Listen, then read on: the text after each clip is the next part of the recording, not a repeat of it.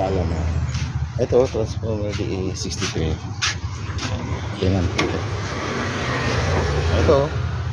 Ito yung nakakabagal ng takbo. Grabe oh. Halos hindi na makadaan ng hangin.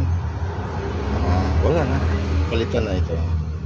Papalitan natin ito. Ayan, may bago na kami. Ayan, nakasalpak na yan. Ayan. Iwan ko kung magkano to. Pero sa kalagay, barato lang ito. Mabili na to online. Halimbawa, kahit hindi mga OGT ha, maituturo ko ito. Pwede na kayong mag DIY. Halimbawa, mayroon kang transformer nasa probinsya. Pwede ka na mag DIY. Kaya lang. Kasi sana itong video na ito makatulong sa inyo na magpursige mag DIY. Madali lang mag-diagnose yung kayo lang. Ito lang, tatanggalin lang yung clip. Ayan. Matatanggal mo lang ito. Ayan. Ito. Pwede na mag DIY.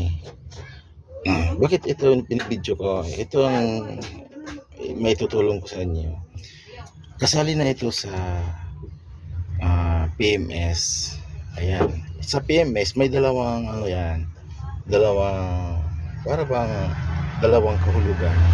PMS, yung preventive at saka yung periodical. Bakit ano bang periodical? Ano yung preventive? Tulad ng sinabi ni Master Garage, may dalawang kahulugan yan.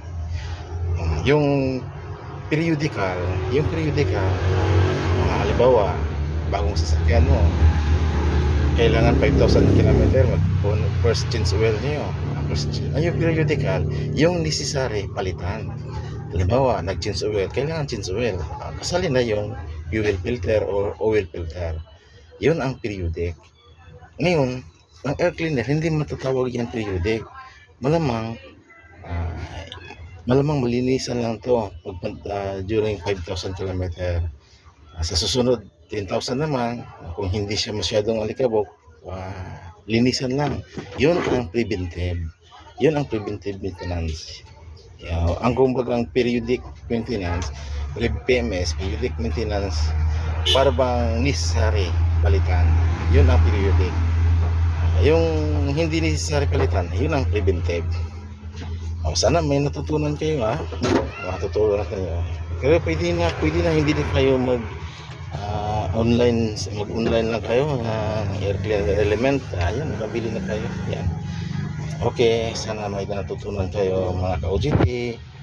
Okay, mga mekaniko, kahit na hindi mekaniko, yun may-ari lang ng transformer. Yun, totoo yun. Okay.